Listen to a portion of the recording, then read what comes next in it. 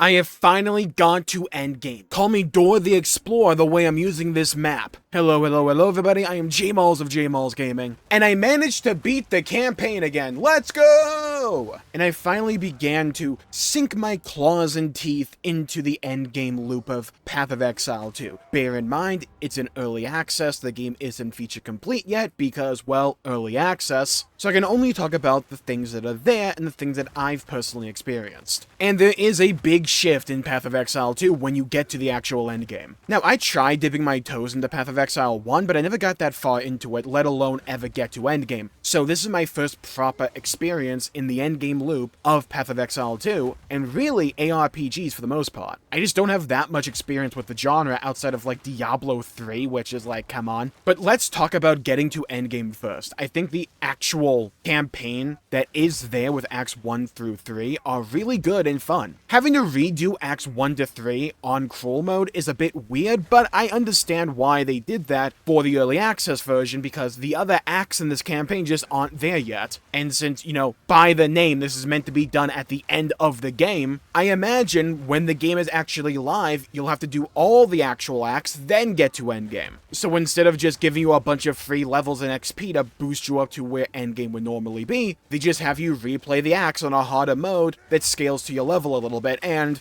by scales to your level, I mean it's no longer meant for level 1, it's meant for, oh, you cleared Act 3? Okay, this is the difficulty of what Act 4 is supposed to be, but you're just doing Act 1 again, that's what I mean. I think it helps that the actual campaign is rather good, so I didn't mind replaying it. It is an ARPG, it is Path of Exile. Ordinarily, you're going to be replaying this campaign each season if you are an avid player of this game, so replaying the campaign here to some degree is probably not that big of an ask. I understand it. And funnily enough, a lot of those pains I had with Warrior earlier on started to fade away as I started to use Darth Microtransactions' Warrior Guide, or at least his build, which pretty much amounts to physical damage and using Sunder a lot, and boy oh boy is that build rather effective for Titan Warrior, and I managed to mostly breeze through cruel mode using that build, with a few pain points here and there depending upon the actual enemies I was fighting. The ones that normally give me issue are caster enemies, and that holds true in the endgame. Maps are a bit weird for me, because there's a lot to this system that I think is really cool and interesting and fun, but I am on Warrior, so we have that asterisk here. And the overall vibe I get when I go into a new map is I can judge whether or not I'm going to clear this map from the first trash pull. What do I mean by this? If I run up to the enemies, I spawn in the map, I go right to the enemies and trying to use Sunder. If I'm dead before the first Sunder cast goes off, I know I'm cooked. I have to recalibrate, grab another map node thingy, go right back in. This happened a lot, where I would just go into a map, try and cook, I'd load in, I'd go in for my first Sunder, and I'm dead. It's like that one meme from South Park, and it's gone when it comes to my HP. But if I managed to get past that first trash pack, I could, over the course of time, slowly and methodically Sunder my way throughout the entire map and beat what I needed to beat. But Jmulls,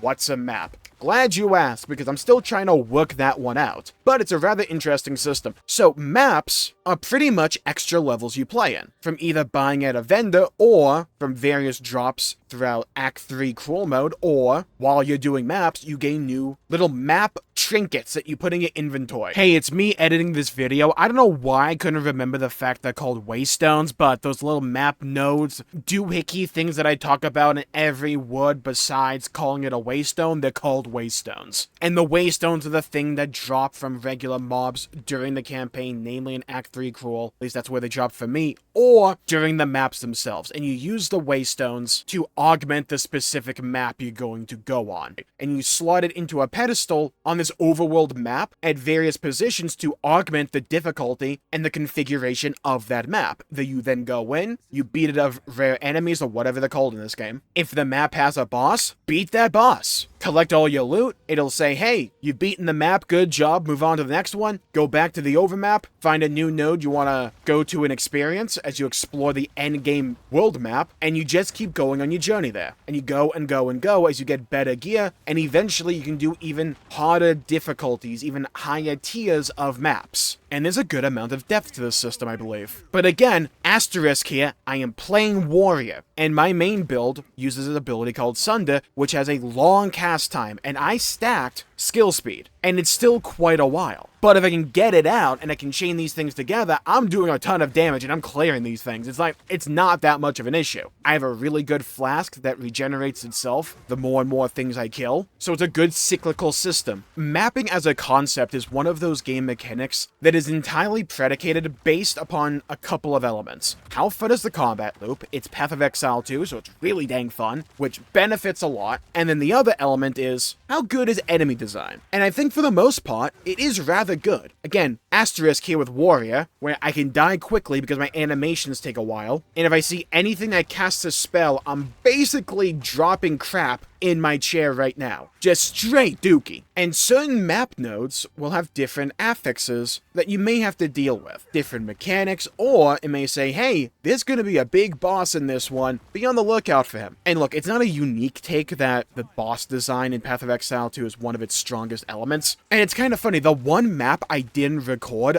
is the one I had a boss in, and the boss was the best part of the mapping system that I've done. It's a bit of a weird dichotomy I find with Path of Exile 2, where it's like, using my abilities and clearing out these maps is fun and interesting, but bosses just hit different. And when I have a map with a boss or without a boss, I feel that difference because bosses are just really dang good in this game. Now, ordinarily, maps as a concept is something that would ordinarily bounce off for me. I'm goal-oriented when I come to gaming. I like to be motivated by a specific goal or by a story carrying me throughout an experience. That's not the case with mapping, though. A lot of other games would just have maps be this pretty much infinite grind of you just tackling harder content to get better gear to tackle even harder content, rinse, repeat. And that, at its core, right, that is the purpose of mapping. But you have this overall, terminology gets a little bit confusing here, you have like this overworld map where you select the individual nodes for which specific maps you want to do, and you can progress that. And I've only scratched the tip of the iceberg. I am not that far into the overall mapping endgame experience in Path of Exile 2. This is my first impressions with this system, but I will say I am rather pleased with it. You can find like new hideouts, which is like Path of Exile 2's version of player housing. You can customize these hideouts and pretty much have them be your base of operations in the endgame. Move things about, set things up to the way you want them to. And in a game like Path of Exile 2, I crave convenience, so I put all the things that I need, like a salvage bench and stuff like that, close together near the map node, so it's very easy and seamless for me to utilize those features. It's not the most complicated system in the entire world, but it's effective. And it's a nice little bit of personal flair for my endgame journey. And you see, there's another element to mapping that in any other game would bounce off of me, but in here, because of the unique way they have mapping incorporated into the game, it's kind of cool. And that is the idea that when you die in a map, you lose it, but not entirely, because the node still exists, and if you want to go that direction in the overworld map, you still can. You just have to put in a new little map doohickey into that node, and then go again. Sometimes it might change the orientation of the actual map. Maybe it swaps out certain mobs and stuff, but it's still the same layout, at least to my knowledge. And I don't know if this applies to bosses, so don't quote me here. I don't know if it changes the actual boss fight if it's a boss node, but instead of feeling like I failed a map, I can never do it again, I can augment it with a different map node and try again to keep going in that direction.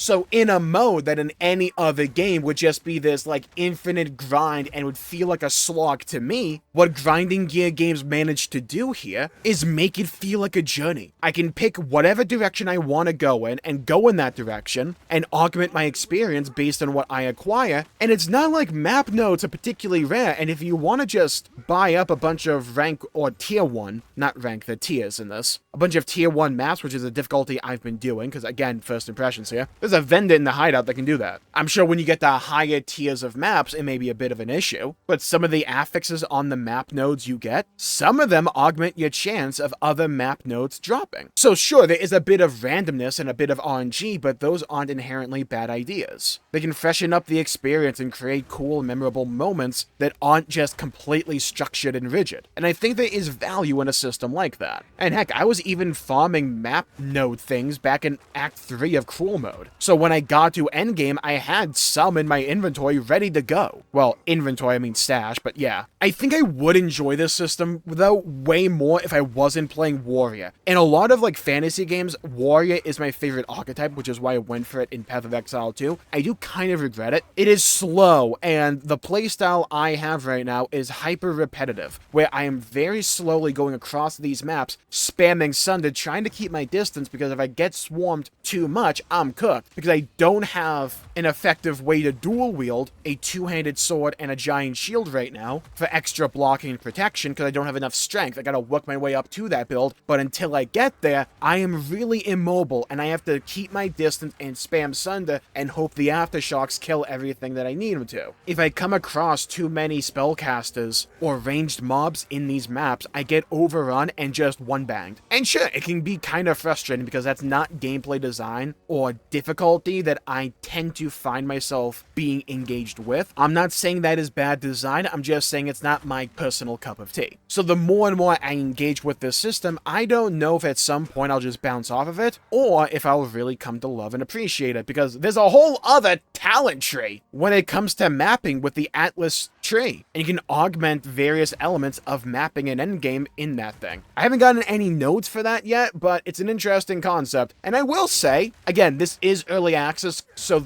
this could just be a direct result of that, and the game being unfinished, but kind of going back and actually addressing the title of this video, the Path of Exile 2 Endgame Shift, I am of the opinion that I don't think they do a good enough job in-game of teaching you about what mapping is, what you should be doing, what goals you should be setting for yourself. Like, the one quest you get is pretty much just saying, hey, yeah, do like 10 tier 1 or above maps. Yeah, go do that. And they largely leave you to fend for yourself. They kind of explain it lore-wise, but like in terms of what you're doing or what goals you should be setting out for yourself and the things that mapping entails and involves, they don't really do an adequate job of explaining that, in my opinion. And it's a completely different gameplay flow in terms of doing maps compared to doing the campaign, and I will say I personally enjoy doing the campaign more. I preferred having that rigid structure, I preferred having those objectives, that story guiding me throughout the entire experience, and while I get a little bit of that with their design of maps in Path of Exile 2, it's not to the same level or degree. So I don't think I'll ever be the kind of guy that will dump hundreds of hours into a season of Path of Exile 2 and see how high in terms of what tier of maps can I actually do and all that. I don't know if I'll ever be that guy, but I also don't think I'll be someone that tries to actively avoid the system. And again, there could be more to Endgame, and it's just not incorporated into the game yet because, well, early access. I can only judge what is here.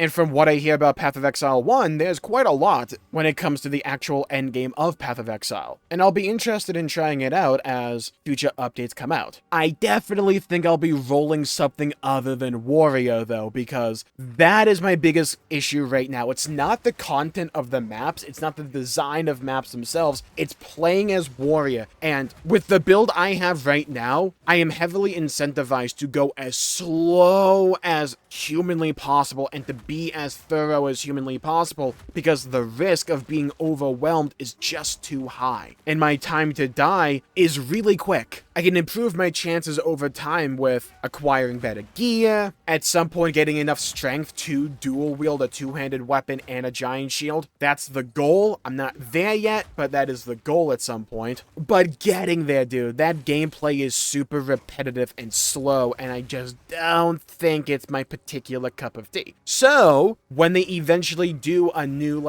reset when it comes to early access, and reset the economy and essentially do a new little mini-league in early access, I'm definitely running something else. Because the actual mechanics and systems that are there, I think are rather cool. Just a bit soured because of the class I chose to play. And you could be going, Jmulls, why don't you just level up another class? Yeah, I could. I don't particularly feel like doing all of Acts 1 through 3 twice in order to get there again. I think I'd rather wait until a new act comes into the game or they introduce some new classes and stuff like that, because Path of Exile 2 isn't the only game I want to play right now. So yeah, I think those are my first impressions with Endgame and my overall impressions with Path of Exile 2 as of right now. I think we've mulled over the game enough for right right now. Overall, really positive, and I'm optimistic for the future. I know there was some rather rough news for Path of Exile 1 players recently, with them announcing that the new season or league is not anytime soon because they've been focusing on Path of Exile 2, despite what they were talking about before, that they could do both PoE 1 and PoE 2, and they could support them both at the same time. I get there's frustrations there. I'm not a PoE 1 player, so it doesn't particularly affect me, but I can understand the frustrations there. But overall, I am really enjoying Path of Exile 2, and I'm interested to see, by the time we get to launch, what this game's gonna look like. And I'm gonna love looking at the new acts as they come online down the line. I am crossing my fingers for a new snow biome, though. That would be cool. It's the one aesthetic I really want to see in this game. Minor thing, but hey, personal flair. I always like snowy zones in games. And yeah, with that, I'll call the video there for the day. Thank you all for tuning in. My pleasure making the video. If you enjoyed it, please leave a like and subscribe. It really helps the channel out and help support future content, and I greatly appreciate it. And leave a comment down below with what class you've been playing in Path of Exile 2, how you've been enjoying it. Do you enjoy the end game? What do you hope they change? What do you hope they add? Is there something you don't really like about it? Is there something you absolutely adore about it and love and you just want to gush about it? Let me know. I'd love to hear your thoughts, hear your opinions, and hear your perspectives. Stay safe, have a great day, and I'll see you all next time. Bye-bye, everybody, until we meet again.